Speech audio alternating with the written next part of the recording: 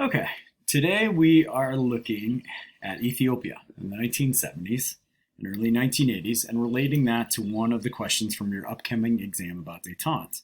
Did détente do more to prolong the Cold War or did it help to resolve it?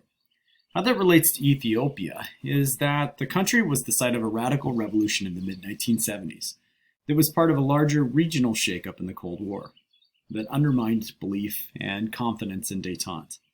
Across the Middle East and North Africa, a number of regimes came under pressure from below, from socialists or Islamists. Egypt and Iran responded by becoming more repressive, authoritarian countries, while in Iraq and Syria, the Ba'athist, or a pan-Arab secular government, leaned towards the Soviet Union for support. Leftist movements across the region launched insurrections, sometimes gaining power, such as in South Yemen, as Arab and Islamic populations grew tired of the failures of existing governments and regimes allied with the United States. At the same time, the Soviet Union became more confident in its capacity for intervention and projected its power on a more global scale. And on the US side, the American President Jimmy Carter was worried that the Soviets were positioning themselves to control world supplies and raw materials such as oil by establishing bases across Africa and the Middle East. And this turned Carter to be more assertive in foreign policy, and the same would be true later of Reagan. So we're looking at this regional shakeup.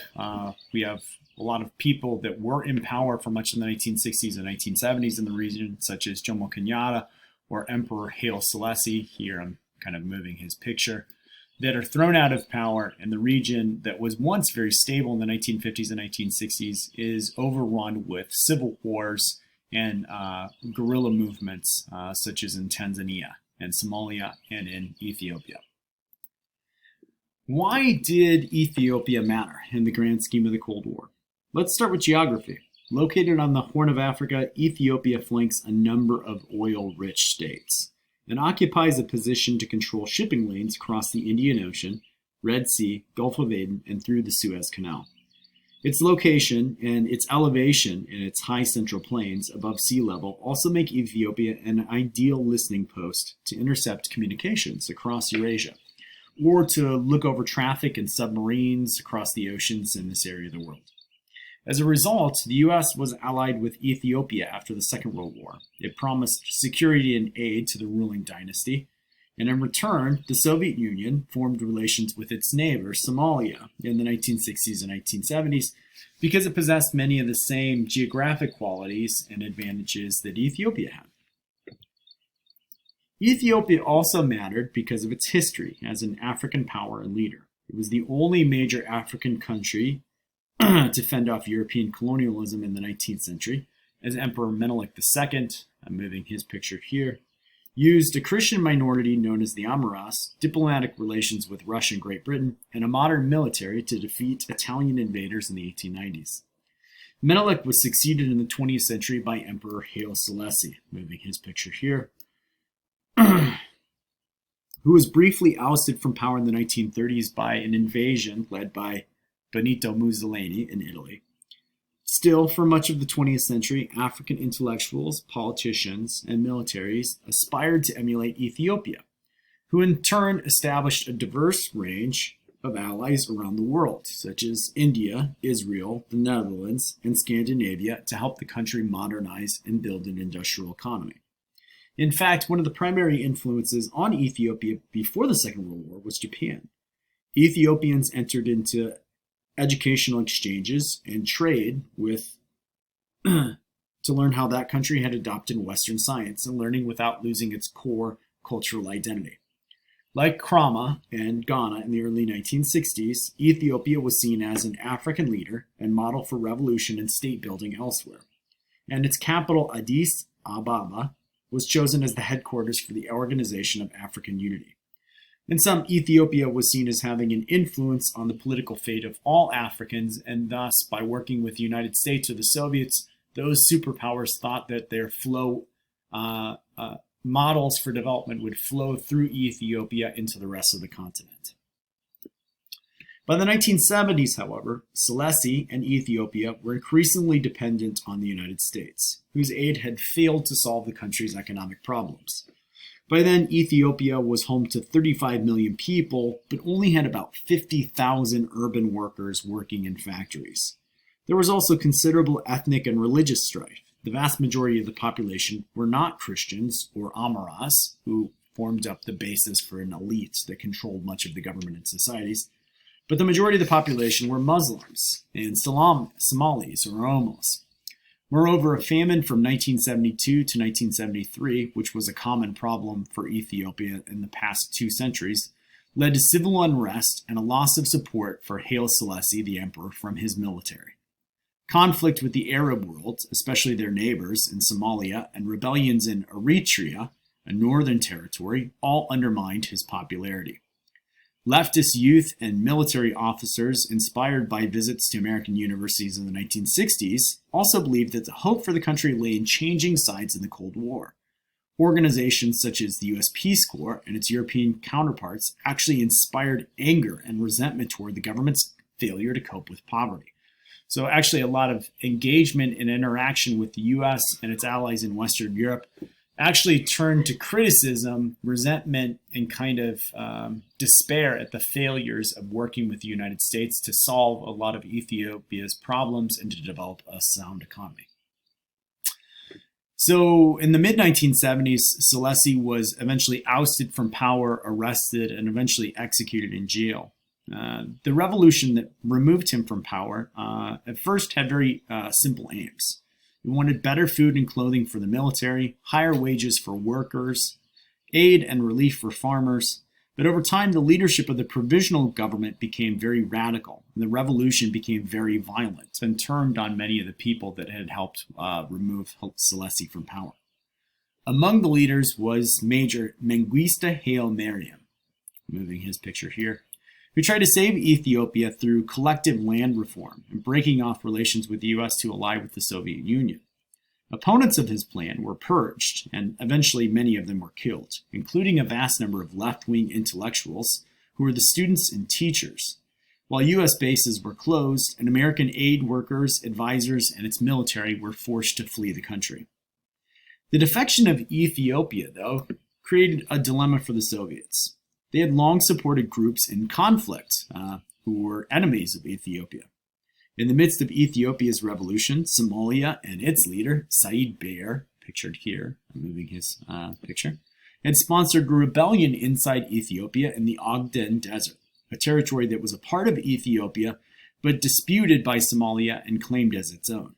While in the north, the Soviets had provided arms and support to the Eritrean People's Liberation Front. Right here, I'm moving their picture. A group fighting for the independence of that area to form an independent country. There was also the question of how the US might respond to the loss of its bases and influence in Ethiopia. In the end, the Soviets abandoned their old allies for the new prize of Ethiopia, convinced by the mediation of Fidel Castro and also the employment of counter-revolutionary violence and extreme measures to collectivize agriculture by President Haile Mariam. Why? Soviet policymakers found this to be proof that Mariam and Ethiopia were willing to pursue reform aggressively, and because it mirrored the Soviets' own history and their adoption of very radical measures to change society from the bottom up. The results for the Soviet Union and Ethiopia were mixed. On the one hand, the Soviets helped Ethiopia crush its rival, Somalia and Said Behr, in the Ogden War.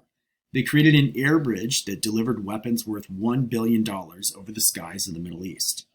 They were now able to project power into the Red Sea from Eritrea and into the Indian Ocean.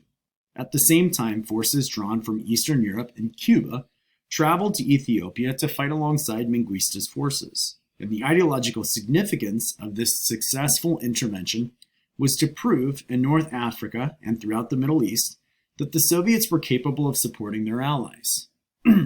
And they were capable of flexing power in the skies through aircraft, which was a dimension of the Cold War conflict traditionally dominated by the Americans. Similarly, the Soviets helped crush the Eritrean People's Liberation Front in the north, kind of up in this region, okay, where you see this powerful city of Asmara. And they were able to use aid from South Yemen, East Germany, and Cuba. The economic aid there and in the rest of Ethiopia was quite large, and thousands of advisors flowed in to help Ethiopia from communist countries. And in return, Ethiopians went abroad to these communist countries, especially in the Eastern Bloc, for training and education that helped improve areas such as water supplies, energy, and transportation. Conversely, there was considerable fallout for both Ethiopia and the Soviet Union too. Meriam proved unwilling to adopt much of the counsel the Soviets offered him in the 1970s and 1980s, leaving a lot of Soviets policymakers frustrated with their alliance. Further, Ethiopia's new state controlled agriculture. Its move towards collectivization and land reform proved disastrous and led to one of the worst famines in the country's history in the 1980s. By 1991, mass starvation, ecological disaster, and rebellion forced the country to abandon its leftist values and direction at the end of the Cold War. That's something that we'll talk about more in greater detail later in the semester when we get to our lecture on another population, semi-nomadic group living inside Ethiopia that's known throughout the world as the Mercy. A second consequence was that confidence in intervention led to new uses of Soviet power that ultimately proved a lot less effective. The decision to invade Afghanistan in the late 1970s as a means to aid another ally in power struggling to put down rebellions was partially predicated on the success of the Soviet Union in helping Ethiopia. Lastly, Ethiopia marked a turning point in U.S.-Soviet relations where détente was abandoned in favor of more aggressive measures to regain advantage in the Cold War. President Reagan would campaign for the White House in 1979, by pointing to Ethiopia as proof that the Soviet threat to the world oil supply and fate of Africa demanded more aggressive measures. He decried cooperation and détente as giving the Soviets a free pass to expand their control and power on a global scale. You can see this reflected in this quote from one of his campaign speeches in his run-up to the White House, where he succeeded in ousting President Jimmy Carter and establishing a new era of American foreign policy that we're going to call the Reagan counteroffensive and talk about before our final exam. A final note was that in trading its old allies for the prize of Ethiopia, the Soviets essentially swapped positions with the United States, who, after being forced out of Ethiopia by Hail Meriam, befriended Somalia and established a base of operations for espionage, communications, and protecting shipping lanes there, essentially in the same ports and facilities that the Soviets had abandoned when they chose Ethiopia in the Ogden Desert War. In essence, the two superpowers swapped spots on the global map. But in doing so, the Soviets also greatly undermined their influence with a lot of small countries around the world, who now feared that they were likely to be abandoned themselves for rivals should the opportunity present itself to give the Soviets a more advantageous position. Okay, as always, sorry for the quality of this video, but thanks for listening. Don't forget to proceed to the discussion forum that deals with Cambodia and also Ethiopia and what historians should take away from these third world radical revolutions in the 1970s. If you have questions, you can email me, you can text or call me at 513-892-9933. Look for more announcements about extensions on assignments. I'm going to do my best to be very, very flexible at this point in the semester and accept a lot of late work. So if you have assignments that haven't been turned in yet that you still want to get credit for, send them my way. I'm not going to dock you for late assignments. I'm going to do my best to just stay flexible and continue to give you credit. And you do your best to be patient with me and kind of adjust to the semester's changing conditions as we go on. Thanks for listening.